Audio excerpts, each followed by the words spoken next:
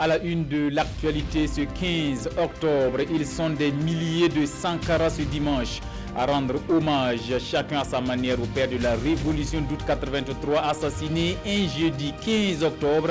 Il y a de cela 30 ans. Les années s'égrènent mais la lumière n'a toujours pas été faite sur les circonstances de la mort du défunt capitaine président révolutionnaire. Souvenir, témoignage des oubliés et rescapés en début de ce journal. La Somalie en deuil, au moins 100 morts dans les rues de Mogadiscio, une trentaine selon la police suite à un double attentat à l'explosif hier samedi. Bilan encore provisoire, l'attaque n'a pas été revendiquée mais on y voit la marque des islamistes Chebab. Images et commentaires en fin d'édition. Mesdames et messieurs, merci de nous suivre. On est aujourd'hui 15 octobre, les années passent mais se ressemblent pour ce qui est du dossier Thomas Sankara et une dizaine de ses compagnons assassinés en 1987. 30 ans après, les cœurs sont toujours meurtris, sankaristes, leaders d'OSC et anonymes, tous ont battu le pavé ce matin pour réclamer vérité et justice. Konsun Koulibaly, Aruna Mari. Devant le Conseil de l'Entente, les manifestants entament la marche pour la commémoration des 30 ans de l'assassinat du capitaine Thomas Sankara. Ce matin, justice camarades! Justice camarades! Justice pour Sankara! Justice pour Sankara! Pour beaucoup, le Conseil est un lieu chargé d'histoire et de traumatisme, car c'est ici que Thomas Sankara et 12 de ses compagnons ont été assassinés par un commando le 15 octobre 1987. L'itinéraire est inédit, mais pour les initiateurs de la marche, c'est un devoir de mémoire, mais aussi une quête de justice. C'est un message contre l'impunité, c'est que la justice se réveille enfin, et notamment ce 15 octobre 2017, nous voyons que ça fait 30 ans. Voilà. Les héritiers de Thomas Sankara attendent que justice soit faite, tout simplement. Nous réclamons justice, pas simplement pour Thomas Sankara, pour tous les dossiers. Il y a eu des complots pour mener à l'assassinat de Thomas et de ses 12 compagnons. Nous demandons simplement à ce qu'on lève le secret défense. Du Conseil de l'Entente, les manifestants empruntent l'avenue de l'indépendance jusqu'à la justice militaire pour la remise des mémorandums. Dans leur parcours, ils marquent une halte devant l'ambassade de France pour livrer un message à Paris. Au niveau de la justice militaire, c'était vraiment pour encourager nos camarades juges qui ont particulièrement les dossiers il y a que quelques mois. Je peux vous certifier qu'ils font un bon travail. Ils font vraiment du bon travail. Nous venons pour les encourager à persévérer pour que le plus rapidement possible, si possible en début d'année prochaine, que le procès puisse enfin avoir lieu et que nous puissions pas savoir ce qui s'est fait de toute manière en aval, mais ce qui s'est fait en avant par rapport à l'assassinat du président Thomas Sankara. Dans le dossier Thomas Sankara, 14 personnes ont déjà été inculpées, dont Blaise Compaoré. Et cette commémoration vise une fois de plus à garder la flamme de la justice allumée. Allons à la rencontre d'un rescapé du drame du 15 octobre 1987. Aluna Traoré, conseiller d'alors chargé de la propagande du président Thomas Isidore Noël Sankara, a vu ses camarades mourir criblés de balles sous ses yeux. Aluna a échappé belle du fait de hasard, mais traumatisé depuis. Il avoue avoir perdu toute notion du temps 3 ans durant. C'est un reportage signé Simon Gongo. Aluna Traoré, le rescapé du 15 octobre 1987, raconte face à la caméra l'attaque tragique. Ce jour-là, le conseiller du président Sankara chargé de la propagande est rentré d'une mission au Bénin et devait rendre compte. C'est lui qui prend la parole quand tout dégénère. À peine j'avais commencé qu'on entendait les crépitements de ceux qui étaient venus nous assaillir. Et du dehors, on entendait « sortez, sortez, sortez, sortez ». Sur ce coup-là, le PF s'est levé et il a tiré, le président du Faso, il a tiré son survêtement vers le bas, ajusté, et puis il s'est retourné pour ressortir par la porte où il était rentré. Et les mains en l'air, précision, bon, juste à peine était-il sorti qu'il a reçu les balles assassines. Bon, les 6 autres, nous étions 7 dans la salle, les 5 autres ou 6 autres qui ont suivi ont connu le même sort et pratiquement moi j'étais le dernier à sortir. Bon, je n'ai rien eu comme balle et je me suis couché sur le côté droit. Donc quelque temps après, un des assaillants a dit, donné l'ordre d'aller chercher, il y a un qui n'est pas mort parmi eux, il faut le conduire dans une salle là-bas. Bon, moi, je n'ai pas compris ça. Pour moi, ils sont venus me relever. Bon, je pensais qu'ils voulaient aussi d'une manière ou d'une autre finir avec moi, mais tel n'a pas été le cas. De l'intérieur de la salle où il est interné, Aluna Traoré écoute tout. Toute la nuit, hein, on a entendu des mouvements de véhicules, de citernes d'eau. Bon, jusqu'au matin, hein, la navette des camions, véhicules n'a pas cessé. Au matin, on est venu nous dire de rentrer chez nous. Et bon, moi, j'avais subi un choc. Sur le champ, je ne savais pas que j'avais... C'était pas seulement des impacts de mal, mais au niveau du mental, du subconscient, j'avais pris un coup. Mais c'est plusieurs années après que j'allais me rendre compte. Agar, l'homme de 30 ans, quitte les lieux la peur au ventre. Quelques jours plus tard, une convocation arrive de la gendarmerie. Aluna se présente. J'ai été convoqué à la gendarmerie par Yacinthe Kafando avec certains gendarmes pour me faire dire de tenir ma langue tranquille, sinon je connaîtrais le même sort que mes camarades. Bon, sur ce, bon, je me suis préparé à l'exil. Après cet entretien-là, moi j'ai pris la clé des champs, je suis parti en Côte d'Ivoire et de la Côte d'Ivoire, je suis parti au Congo-Brazzaville. Voilà. Il reste sur place avec ses camarades avant de rentrer au pays en 1990. C'est d'ailleurs cette année-là qu'Aluna Traoré prend conscience qu'il n'était plus en 1987. C'est en 1990 que le calendrier grégorien a commencé à fonctionner chez moi. Sinon, la mesure du temps s'était bloquée au calendrier 87. Bon, mais ce n'est qu'en 90 que j'ai repris normalement. Sinon, pour moi, je vivais toujours en 87. Or, le temps était passé 88, 89. En 90, vraiment que j'ai pris conscience qu'il y a 3 ans, les événements s'étaient passés. À 60 ans, Aluna espère aujourd'hui que la justice fera la lumière sur les tueries du 15 octobre 1987. Les choses avancent bien, dit-il. Thomas Sankara assassiné le 15 octobre 1987, mais le président du CNR n'était pas seul. Ses compagnons, une dizaine, ont aussi été tués ce jour-là. Des victimes malheureusement passées aux oubliettes. À ce triste anniversaire halte dans les familles de 2 d'entre elles. Des victimes proches de Thomas Sankara, Soré et Saba, 30 ans après l'assassinat. La mauvaise nouvelle nous est contée par leur famille, toujours dans le désarroi. Gérard Sommet, Parmi les victimes du 15 octobre 1987, le gendarme Soré Patenema, ici en photo.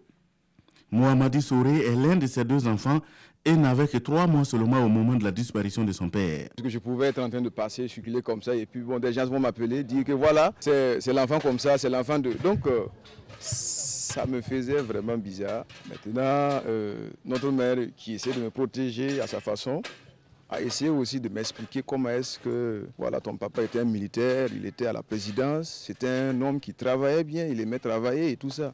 Donc en grandissant maintenant, ça veut dire que avec les autres classes et tout ça, par les gens aussi, les voisins et certains collègues de papa aussi, tout ça, à la gendarmerie, qui me disaient que bon, ton papa était, bon, qu'il est parti en tant que héros, en tant que tel, et c'était un travailleur, tout ça, par les médias aussi, et puis par certains journaux qu'on aimait lire, feuilleter, tout ça. C'est en fonction de ça, tout ça, que je me suis rentré dans l'histoire quand même du papa, voilà. Sonne comme une révolte à vaincre l'adversité, mais surtout à réussir dans la vie.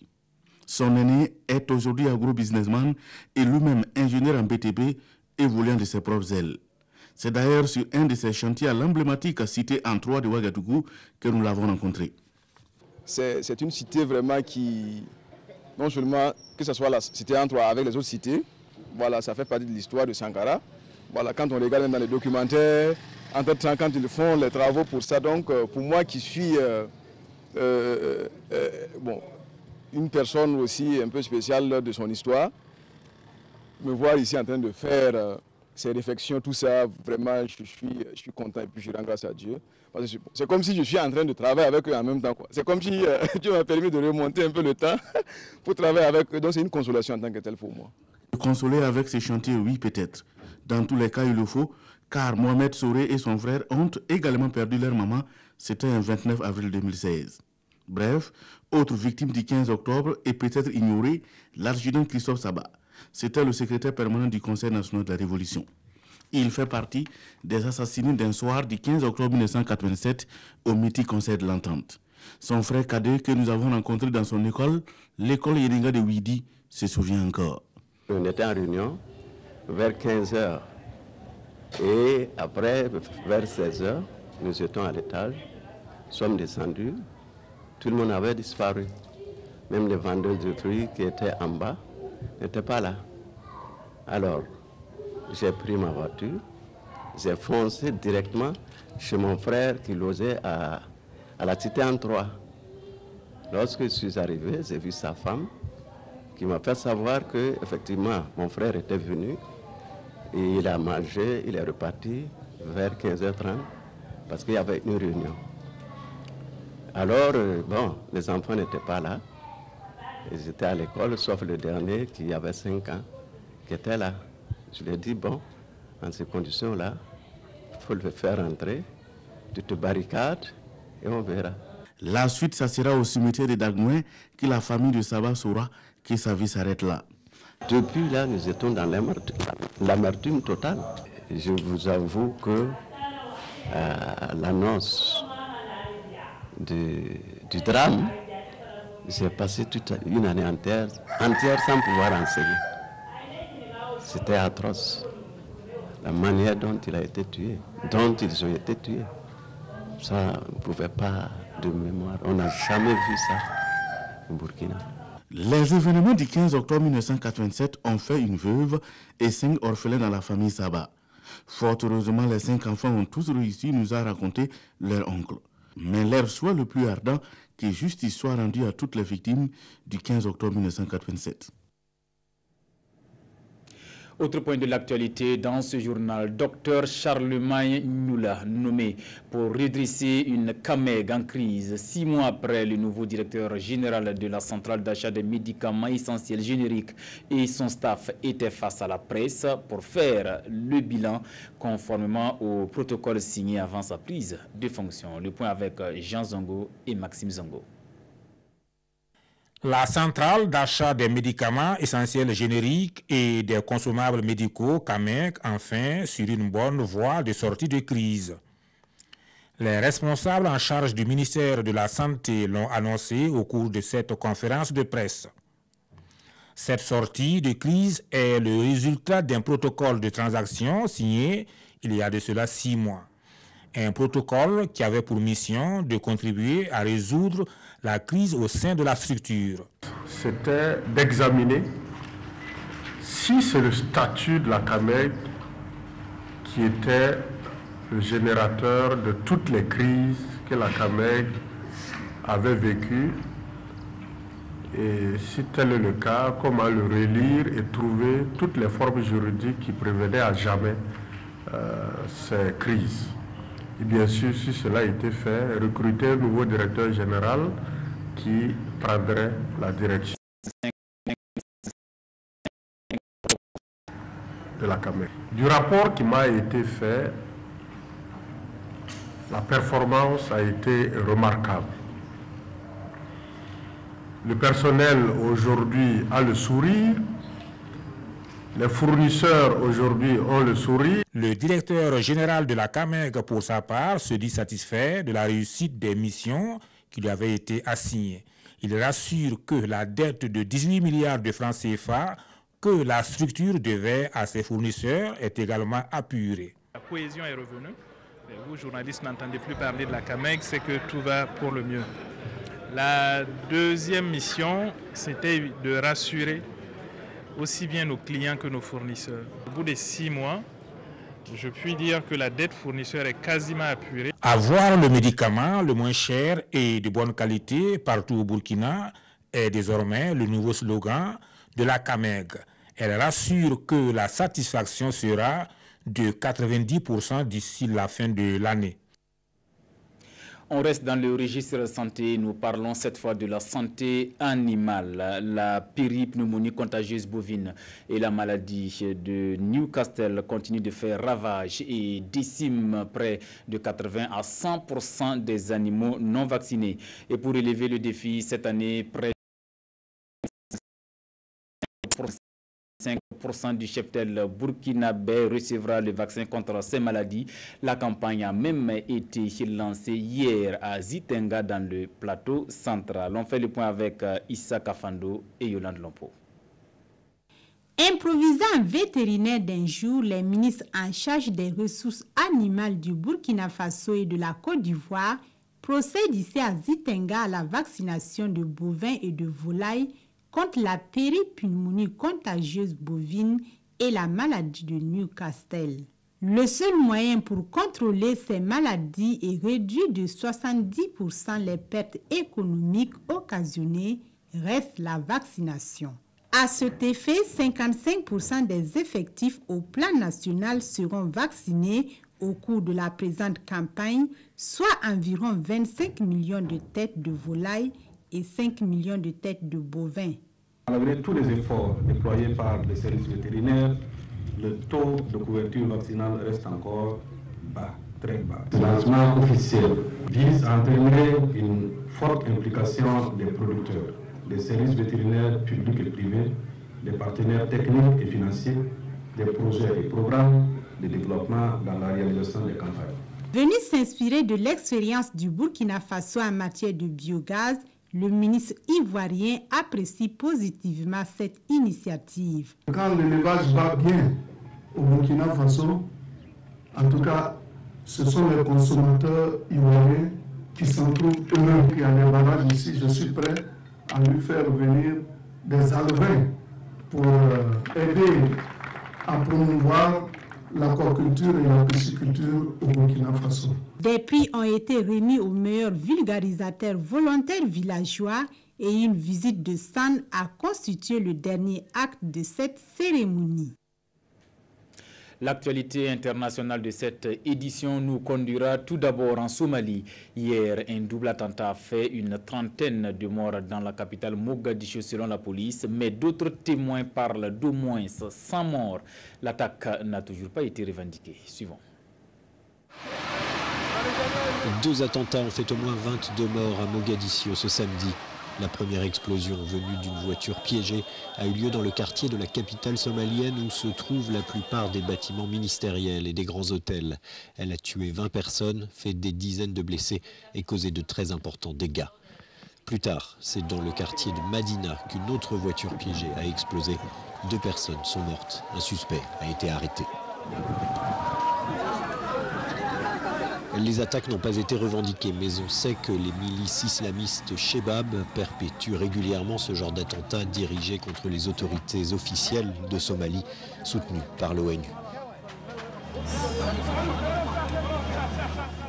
Au Libéria, on attend avec impatience le verdict du scrutin du 10 octobre dernier. Les résultats définitifs de cette présidentielle seront publiés le 25 octobre prochain, mais déjà les résultats provisoires qui porte sur 74% des bureaux de vote donne l'ancien star du football Gérard Weah vainqueur dans 15 provinces sur 18 que compte le Libéria. George Weah conforte son avance à l'élection présidentielle de mardi au Libéria. C'est ce qui ressort des derniers résultats, toujours provisoires, portant sur 74% des bureaux de vote. L'ancienne star du football devancerait largement le vice-président sortant, Joseph Boakai, une différence de près de 10 points pour l'instant. Les 18 autres candidats sont largement distancés. George Weah a fait la course en tête dans 12 des 15 provinces du pays. La commission électorale a jusqu'au 25 octobre pour donner les résultats définitifs et confirmer qu'il y aura, selon toute vraisemblance, un second tour. Celui-ci doit avoir lieu le 2e mardi qui suit l'annonce du résultat final. Ainsi s'achève le journal de cette mi-journée. Merci de l'avoir suivi. Je vous retrouve à 22h30 pour la synthèse de l'actualité. À bientôt.